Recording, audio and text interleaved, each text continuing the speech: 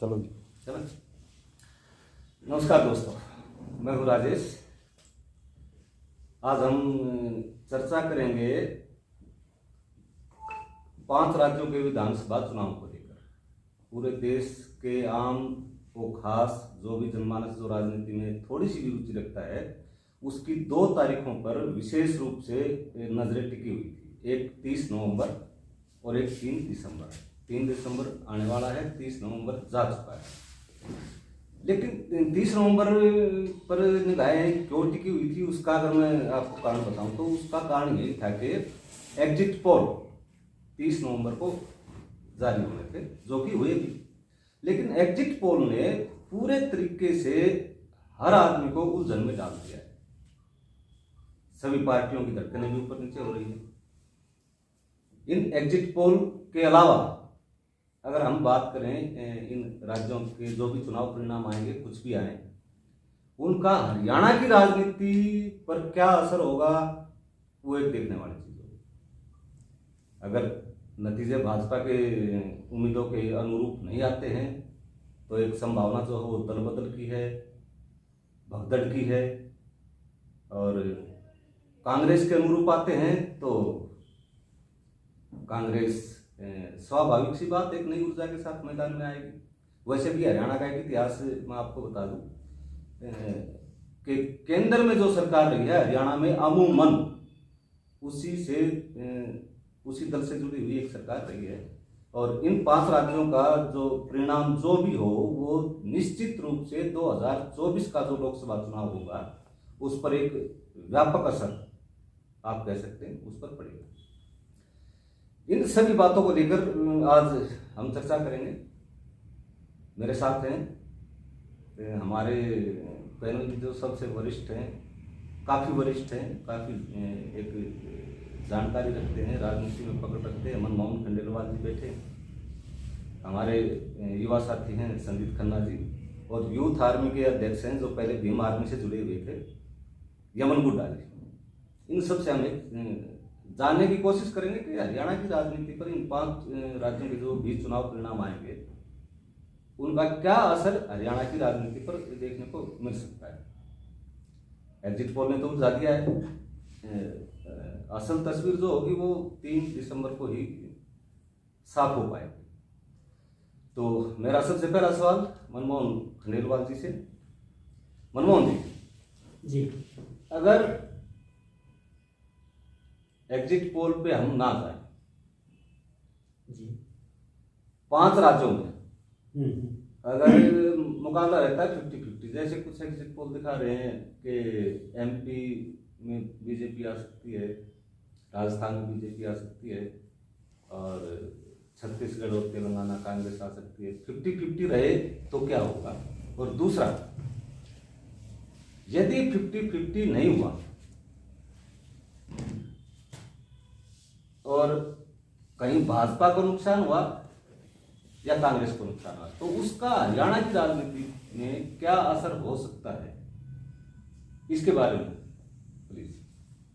राजेश जी, अभी हरियाणा के चुनाव को वैसे तो 10 महीने का समय शेष है जी, लेकिन आप उसी को अनुमान मान के चलते हैं कि भी मध्य प्रदेश, राजस्थान, छत्तीसगढ़, तेलंगाना और मिजोरम में क्या परिणाम आएंगे उस पर, और फिर उसके बाद में जो लोकसभा के चुनाव हैं, लोकसभा के चुनाव निश्चित तौर से दोनों ही पार्टियां, जो प्रमुख पार्टियां हैं, भारतीय जनता पार्टी और कांग्रेस जी, वो एक विशेष रणनीति के साथ चुनाव मैदान में उतरेंगी जी। इसमें भी कोई दो राय नहीं है कि 5 राज्यों के जो परिणाम है वो सेमीफाइनल लोकसभा का माने जा रहे हैं जी। और जो अभी कल जो आंकलन आए हैं जी, मतदान के बाद में और मतगणना से पूर्व के, उनमें दोनों ही पार्टियां कांग्रेस और बीजेपी 50-50 की स्थिति में है। हाँ, कुछ एजेंसी दिखा रही है 50-50, लेकिन सबसे हैरानी की बात मनमोहन जी, अगर मैं इन सर्वे में देखूं तो एक्सिस माई इंडिया और इंडिया टुडे, इसका स्ट्राइक रेट आप देखिए पिछले कई चुनाव में इनके एग्जिट पोल का अगर हम देखें तो 94% रहा है। बाकी ऊपर नीचे होता रहता है, लेकिन एक्सिस माई इंडिया और इंडिया टुडे उसने जो सबसे चौंकाने वाला एक दिया है ना, वो दिया है मध्य प्रदेश, जिसमें 140 अबव कांग्रेस को दे रही है। लेकिन वही एक्सिस माई इंडिया राजस्थान में कांग्रेस को दिखा रही है। तो ये हर एक एजेंसी का अपना अलग अलग सर्वे करने का तरीका होता है, और तरीका साथ में ये भी होता है कि चुनाव के जो पहले 15 दिन होते हैं जी उसमें परिणाम कुछ और होते हैं, लोगों का रुझान कुछ और होता है, हर रोज परिस्थितियां बदलती हैं। मतदान के दिन क्या रहा ये किसी एजेंसी को नहीं पता, क्योंकि ये जो सर्वे हैं जितने भी किए गए वो पहले के होते हैं। मतदान से 2 दिन पहले जो समीकरण बनने और बिगड़ने शुरू होते हैं, और चुनाव में एक आमतौर पर कहा जाता है कयामत की रात जी मतदान से कहा जाता है। वैसे भी एक रात पहले चुनाव बदल जाता है, उसमें चुनाव कई बदल बार रहा है। जहां तक बात है कि बीजेपी ने 2 स्टेट खासतौर से राजस्थान और मध्य प्रदेश में पूरी ताकत झोंकी है, और उन्होंने एक कुशल राजनीति रणनीति दोनों ही उन्हीं दोनों स्टेटों को हासिल करने के लिए लगाई है। उसका एक परिणाम आप देखिए, जेजेपी राजस्थान में जाती है जी, राजस्थान में जाके वो चुनाव लड़ती है। कहीं ना कहीं जेजेपी ने कांग्रेस के वोट बैंक को और हनुमान प्रसाद जी के वोट बैंक को प्रभावित किया है। उसका सीधे तौर से 15 से 20 सीटों पर बीजेपी को लाभ हो सकता है। इसलिए राजस्थान में बीजेपी बढ़त बना सकती है 15-20 सीटें। एक पार्टी कांग्रेस है, कांग्रेस की अगर मान लो जेजेपी ने 4, 5, 10, 20 सीटें प्रभावित की हैं तो भाजपा को उसका लाभ होगा। हाँ, जीतने की हालत में भले ही ना हो, लेकिन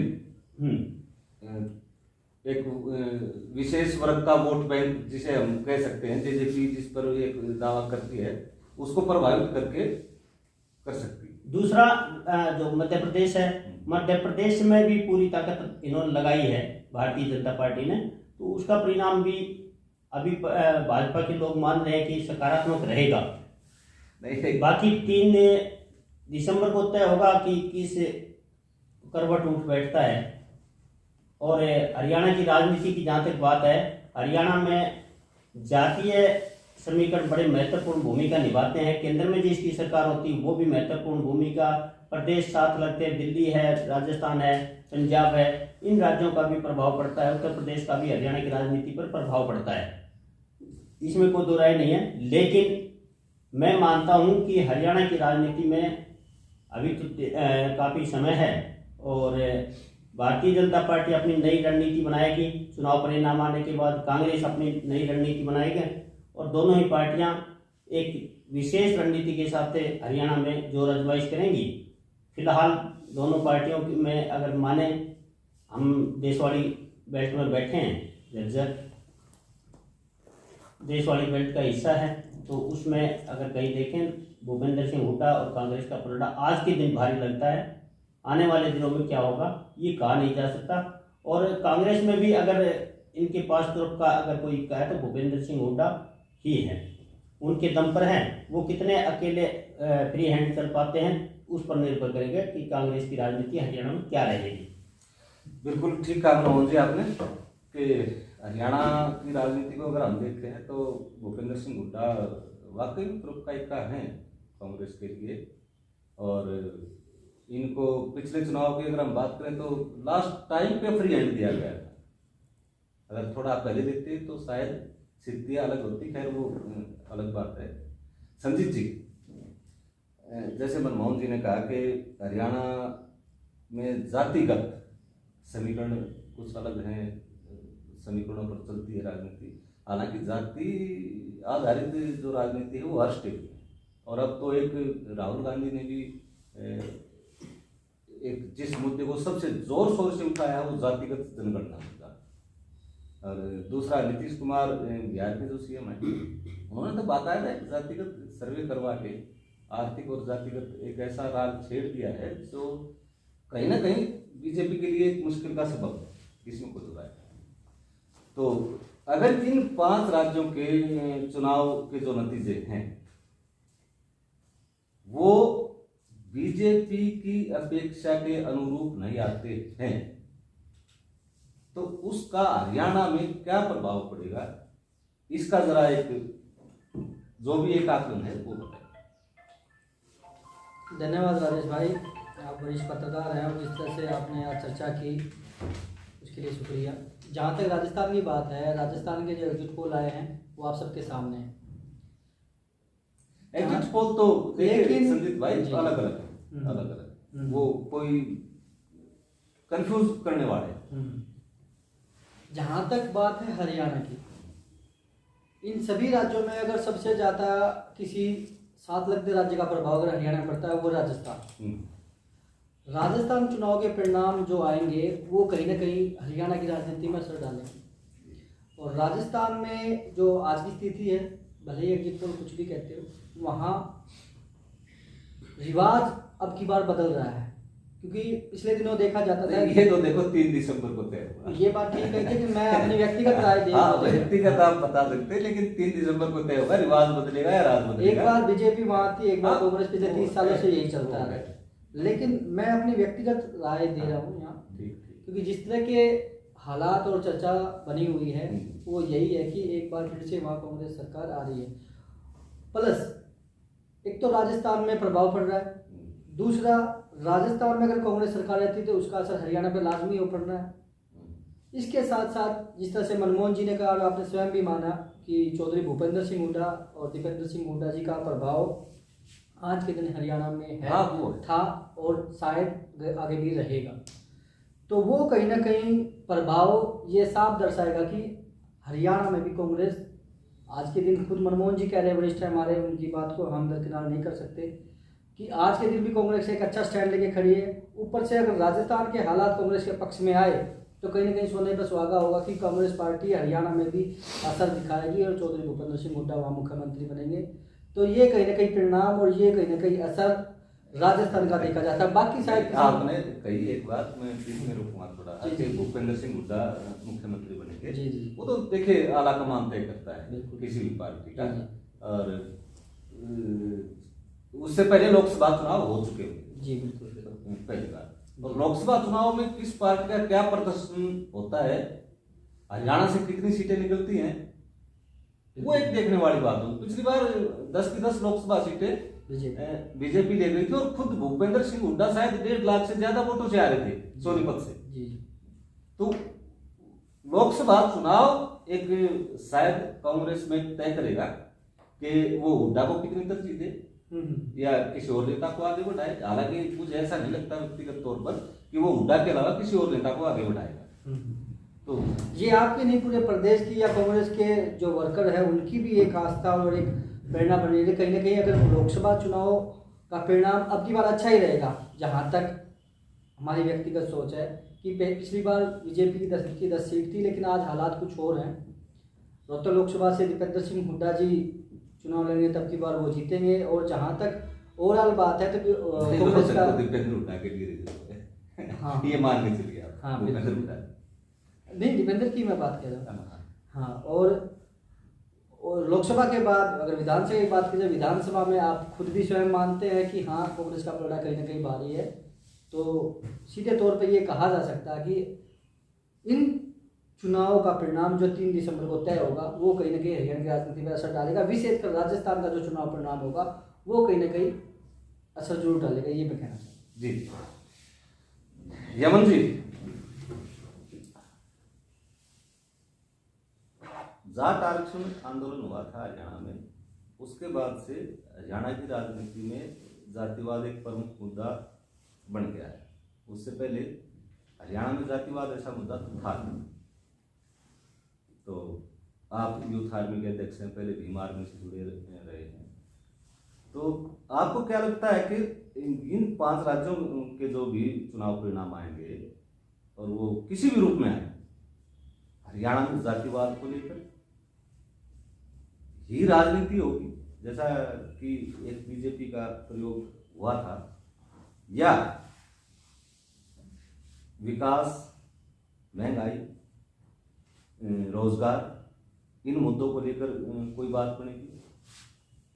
हवा किस तरह बहेगी, किस तरफ जाएगी, इसके बारे में कुछ जो भी आपका।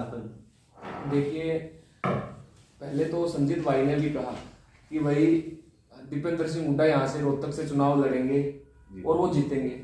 तो चुनाव तो अब की बार भी दीपेंद्र सिंह हुड्डा ने यहाँ से लड़ा था। नहीं जी हाँ, जीतने की देखिए वो तो बात भविष्यवाणी ये है कि भारी कौन किस पे होगा, काम देखती है जनता।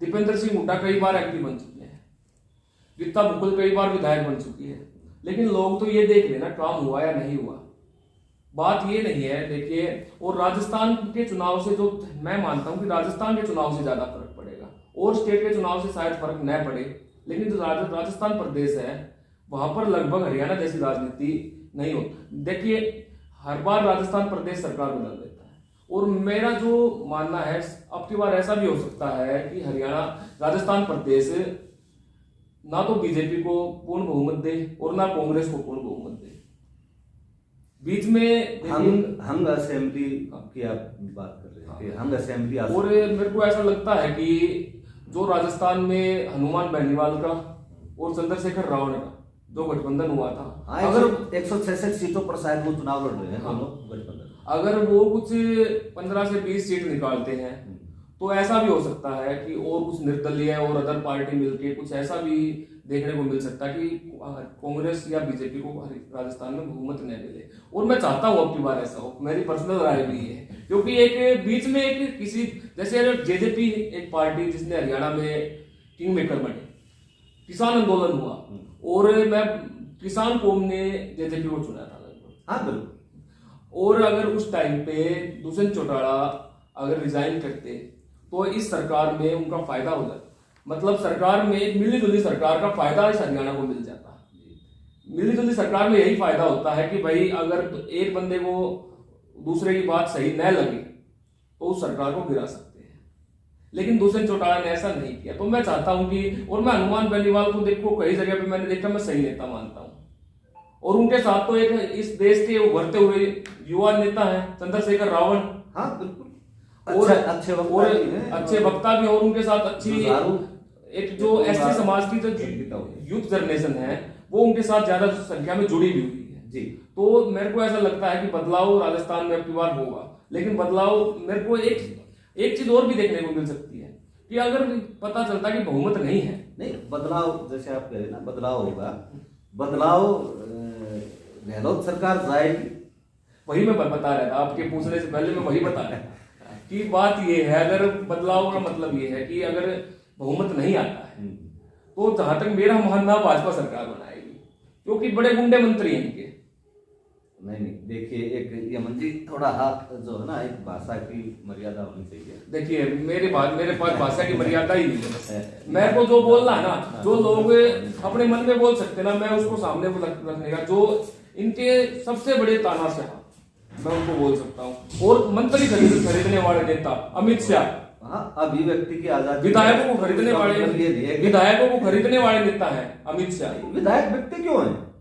बिकते हैं, आप देखो अब राजनीति इतनी महंगी हो चुकी है कि राजनीति में बिना पैसा लगाए कोई विधायक नहीं बनता जी, और पैसा लगा दिया तो फिर वो ये सोचेंगे कि हम सरकार में ही जाए। हाँ, सत्ता के साथ और पैसा भी हमारे पास। तो देखिए राजस्थान से फर्क भी पूरा पड़ेगा, और रेवाड़ी साइड में जो सैनिटरी पैलेट है उसमें तो पूरा फर्क पड़ेगा, और हमारे एरिया में क्या है, राजस्थान में इतना ज्यादा फर्क नहीं पड़ता क्योंकि, और यहाँ पर मेन रूप से कांग्रेस थोड़ी मजबूत है। लेकिन अब की बार मेरे को यहाँ का भी ऐसा लगता है कि अब की बार यहाँ कांग्रेस मजबूत नहीं रहेगी, क्योंकि कांग्रेस के जो यहाँ से विधायक हैं उन्होंने ज्यादातर काफी समय से कुछ काम नहीं कर पाए। आपकी कहीं व्यक्तिगत कोई भावना तो नहीं जुड़ी हुई है? किसी का नाम तो नहीं लिया मैंने, देखो चारों के साथ कोई व्यक्तिगत तो नहीं हो सकती ना, एक के साथ, आप चारों के साथ नहीं हो सकती, वैसे ठीक बात है, चारों के साथ तो कुछ व्यक्तिगत नहीं हो सकती। तो बस यही बात है राजस्थान से, और बाकी जो प्रदेश हैं एमपी में भी जो है टक्कर है पूरी, और राजस्थान में तो मेरे को लगता है कि अब की बार किसी ना किसी को किंग मेकर बनने का पूरा मौका मिलेगा। लेकिन जो हरियाणा के लुटेरे वहां पर गए हुए ना, इनको तो मौका मिलेगा नहीं, क्योंकि इन्होंने देख लिया था। जी यमन जी, मनमोहन जी। हाँ जी। सर्वे भले ही 4 राज्यों को लेकर अलग अलग हो सकते हैं, लेकिन एक स्टेट है तेलंगाना, उसमें हर सर्वे एजेंसी स्पष्ट रूप से कांग्रेस को सत्ता में आती हुई दिखा रही। जो इस सर्वे का मैंने मोटा मोटा आकलन किया, उसका एक निष्कर्ष मेरा जो निकल के ये आया कि साउथ में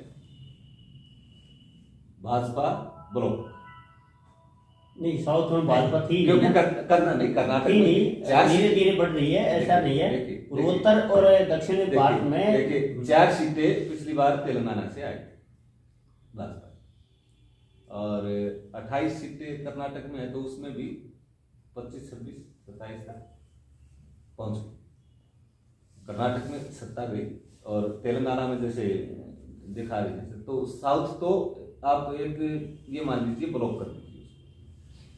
जिस तरीके से भाजपा ने प्रचार किया था कि नॉर्थ ईस्ट में कांग्रेस ब्लॉक, कांग्रेस आई, खैर उन चीजों को छोड़िए।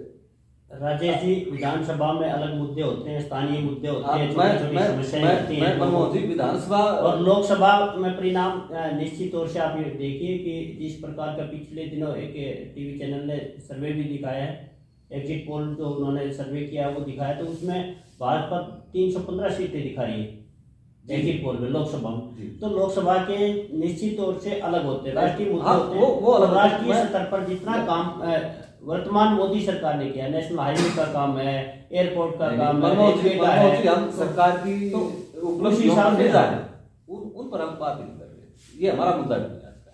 हमारा जो आज का मुद्दा था वो मुद्दा ये है कि इन 5 राज्यों के चुनाव परिणाम यदि भाजपा की उम्मीदों के अनुरूप नहीं आए तो क्या हरियाणा भाजपा में एक भगदड़ का दौर शुरू हो सकता है? नहीं, भाजपा में बस राजेश जी, भाजपा का जो कार्यकर्ता है वो एक समर्पित भाव के साथ काम करता है। यहाँ नेताओं की बात कर रहे हैं मनमोहन जी, कार्यकर्ताओं की नेताओं बात में नहीं भी। कर रहे।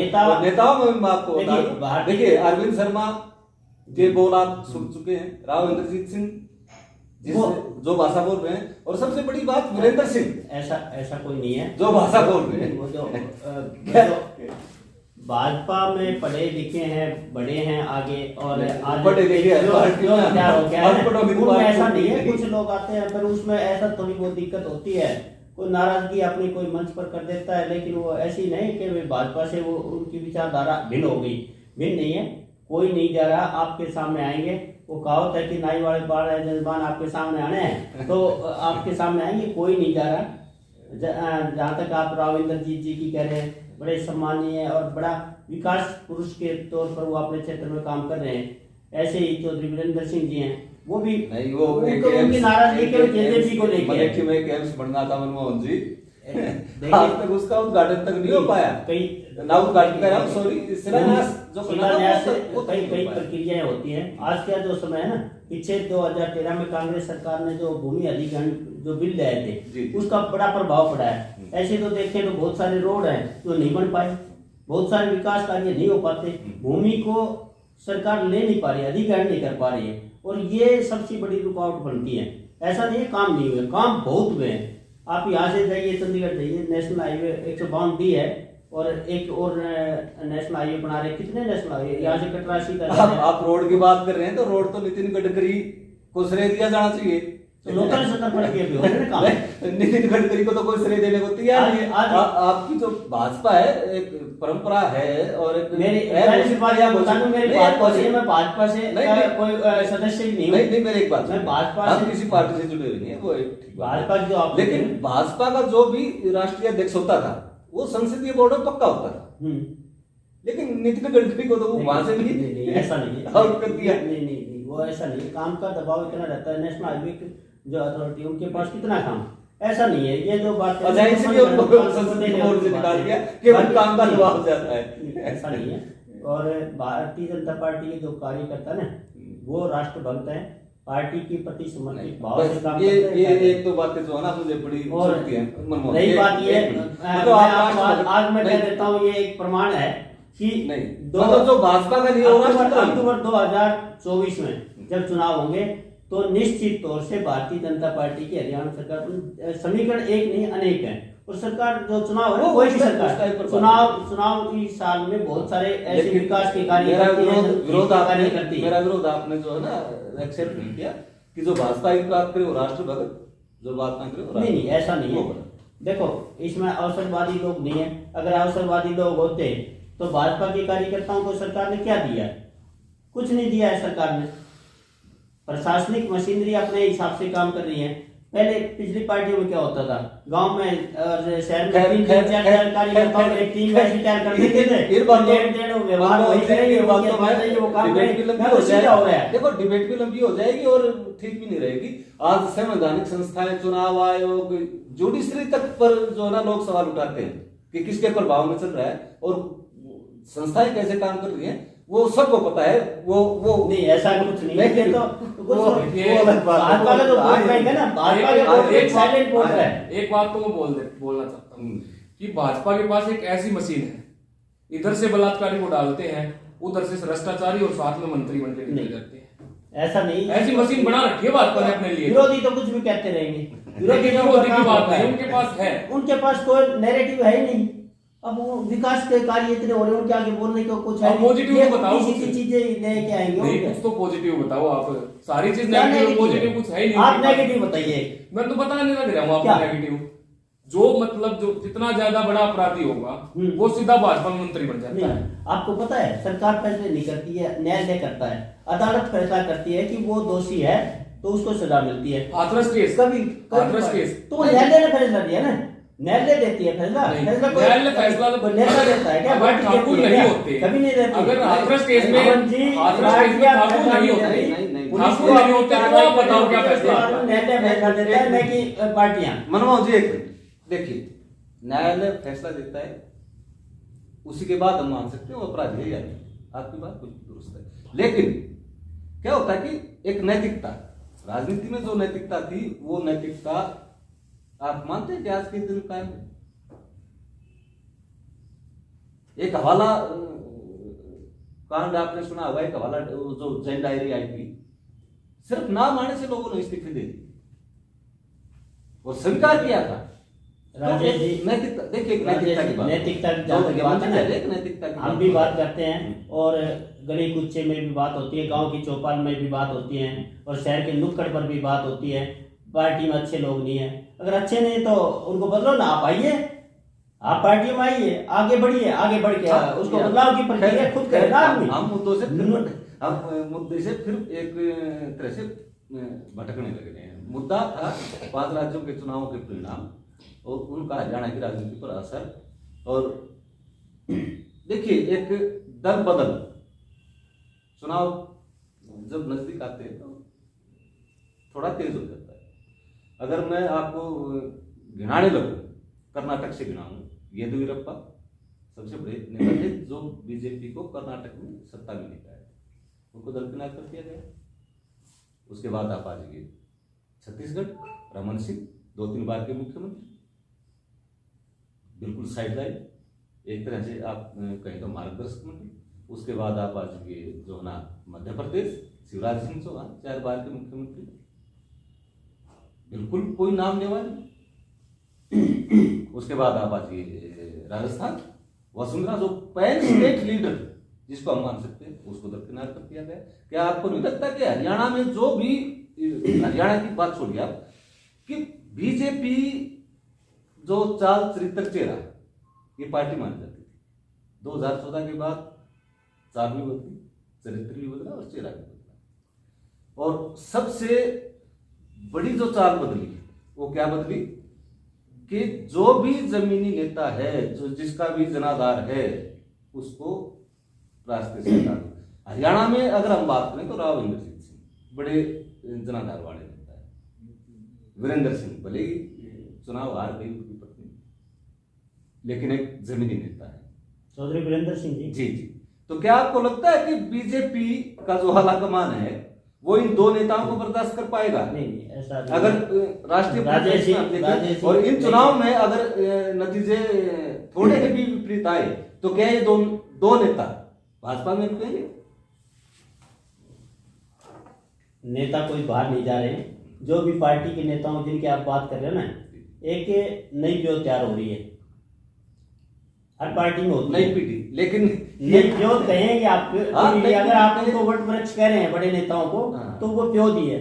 वो प्योद तभी तो आगे बढ़ेगी जब ऊपर पेड़ रहेगा, तो कैसे बात बनेगी? धीरे धीरे वो साइड लाइन रहेगी। बड़े सीनियर वरिष्ठ नेता हैं भारतीय जनता पार्टी के, और उस पार्टी का अपना अलग कार्यशैली है। जी। और भारतीय जनता पार्टी का मैं जहाँ तक जानता हूँ और मैंने सुना है, उस हिसाब से भारतीय जनता पार्टी नए योद्धा अपनी जी। जो जिसमें राष्ट्रभक्ति भी हो और समाज के प्रति समर्पण भाव हो, पार्टी के प्रति समर्पण भाव, ऐसे लोगों को बहुत बढ़ाती है। और जो पुराने नेता हैं उनका अनुभव का पूरा लाभ भी लेती हैं, उनको पूरा मान सम्मान भी भारतीय जनता पार्टी देती है, अन्य पार्टियों में नहीं है। दूसरी पार्टियों में तो मोल भाव भी बहुत होते हैं और एक परिवार के साथ बनी हुई पार्टियां होती हैं। ये एक संगठन के और लोकतांत्रिक प्रक्रिया के जरिए चलने वाली पार्टी है, इसमें ऐसा नहीं है। ये तो कहते हैं विरोधी तो होते हैं, विरोधियों का काम भी है कोई दुष्प्रचार करें, जितना किया जा सकता है करें। राविंदर जी खुश है, वीरेंद्र सिंह जी खुश हैं, किसने कहा वो नाराज? नाम लिख दिया। खैर अब संजीत भाई के पास आऊंगा मैं आखिरी दौर में। संजीत भाई,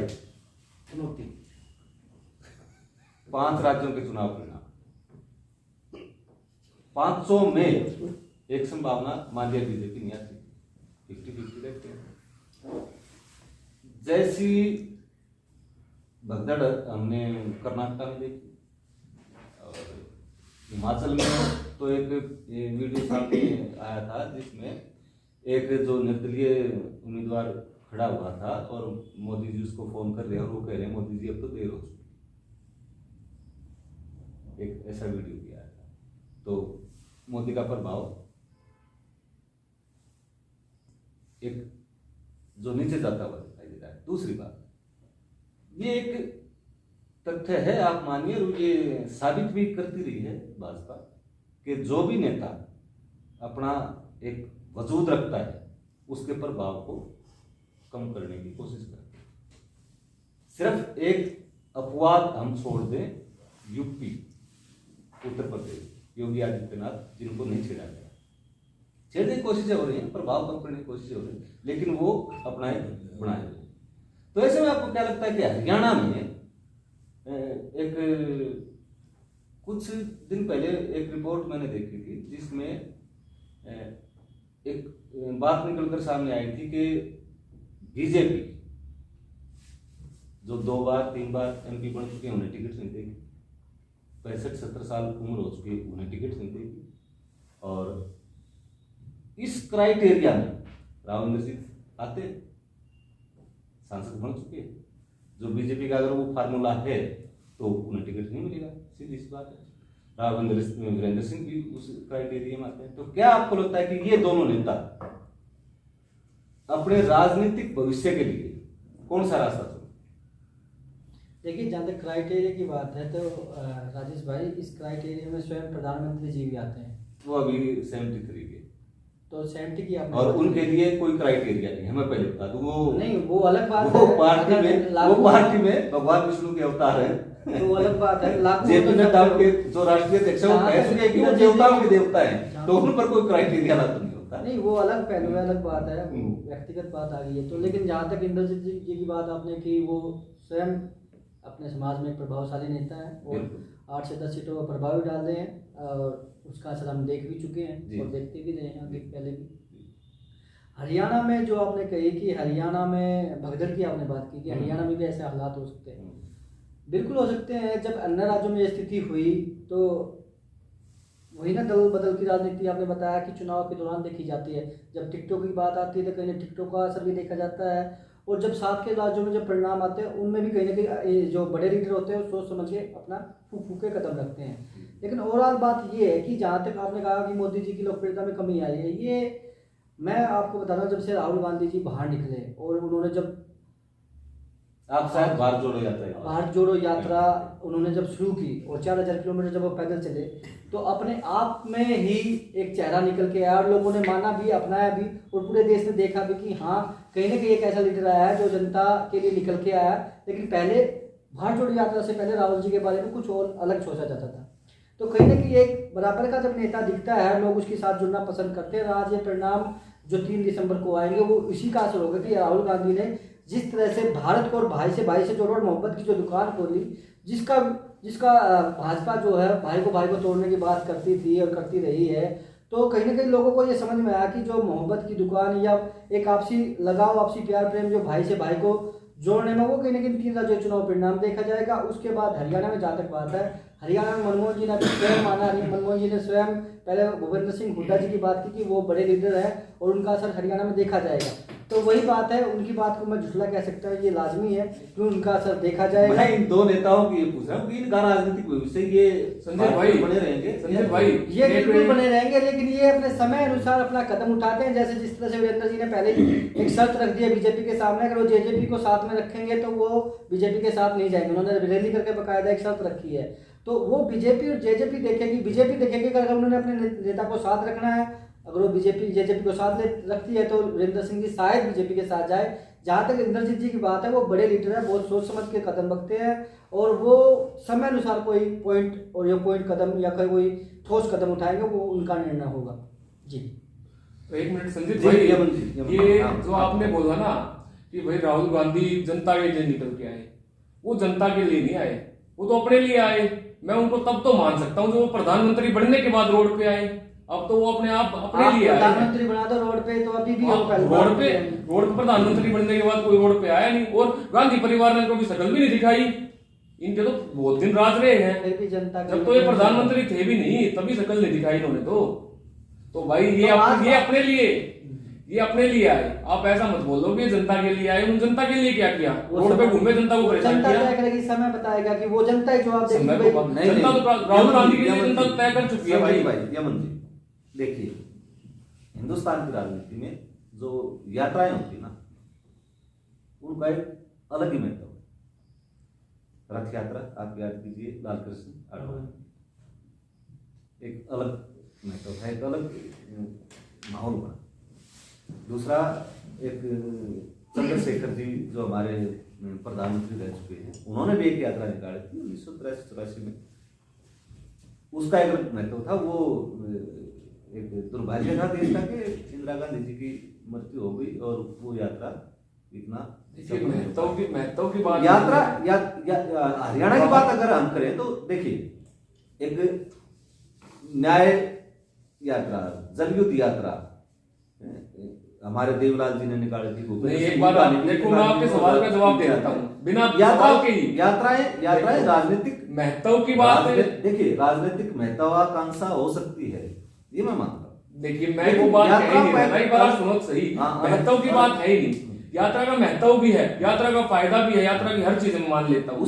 लेकिन बात सिर्फ यही थी, संजीत भाई ने बोला कि राहुल गांधी जनता के लिए रोड पे आए, तो मैं सिर्फ इतना कह रहा हूँ, वो जनता के लिए नहीं, अपनी पार्टी का जनाधार बढ़ाने के लिए, अपनी पार्टी के फायदे के लिए और खुद प्रधानमंत्री बनने के लिए वो रोड पे आए।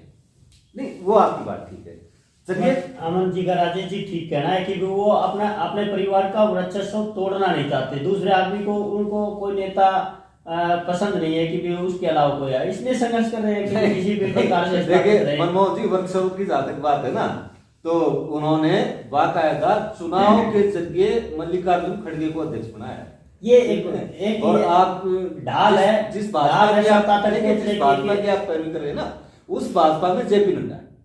क्या आप, चलिए आपसे आखिरी सवाल में करता हूं, आप दिल पर हाथ रखकर ईमानदारी से कह सकते हैं कि जेपी नड्डा अपनी मर्जी से कोई भी निर्णय भाजपा में ले सकते? ऐसा नहीं है। आप भारतीय जनता पार्टी में कोई बातों को मैंने सुना है, मैं बीजेपी का प्रवक्ता नहीं हूँ, लेकिन लेकिन कम भी नहीं है। भारतीय जनता पार्टी जो है उसमें एक सामूहिक निर्णय होते हैं, एक व्यक्ति का किसी का फैसला नहीं होता, चाहे वो प्रदेश का अध्यक्ष हो, राष्ट्रीय अध्यक्ष हो, प्रधानमंत्री हो या गृह मंत्री जी हो। चलिए, सामूहिक निर्णय में आपकी बात। राजेश जी, आपका मुद्दा अलग था, आपकी डिबेट बढ़ भी गई है बहुत ज्यादा, और आपका मुद्दा अलग था, आपका जो 5 राज्य चुनाव परिणाम पर आपका मुद्दा था। लेकिन मनमोहन जी, मैं एक बात कहूंगा कि ठीक है, आप बीजेपी के प्रवक्ता नहीं है, लेकिन आपकी झलक साफ बता रही है कि आप। और दूसरा कि मैंने आपको बताया कि कोई भी ऐसा प्रधानमंत्री नहीं रहा, सोनिया गांधी ने स्वयं प्रधानमंत्री पद को त्याग किया, मनमोहन जी को बनाया, तो ये अलग अलग पहलू सबकी व्यक्तिगत। संजीव जी, मैंने तो माना है कि भी यहाँ फिलहाल देश वाली बेल्ट में भूपेंद्र सिंह हुड्डा का प्रभाव है, यही रही है, इस बेल्ट में प्रभाव है, हरियाणा में नहीं है। और हरियाणा में देखो, जातीय समीकरण इसमें कोई दो राय नहीं है, हम दाई से पेट थोड़ी चुपता है, जातीय समीकरण थोड़ी भटकने लगी थी, तो आज की जो हमारी परिचर्चा रही ये शायद उस मुकाम तक नहीं पहुंच पाई जिस मुकाम तक पहुंचना चाहिए था। 3 तारीख को जब चुनाव नतीजे आएंगे उसके बाद एक बार फिर हम चर्चा करेंगे, क्योंकि उस वक्त तक स्थिति बिल्कुल क्लियर हो चुकी होगी कि किस स्टेट में क्या रहा, किस पार्टी को फायदा हुआ, किस पार्टी को नुकसान हुआ। उस दिन सारी चीजें बिल्कुल तस्वीर साफ हो जाएगी, उसके बाद हम बात करेंगे। तो शुक्रिया आप सब दोस्तों का, और आप जो भी पैनलिस्ट आए, हमारे सबसे वरिष्ठ मनमोहन खंडेलवाल जी, संजीत खन्ना जी, यमन बुड्ढा जी, आप सबका बहुत बहुत धन्यवाद।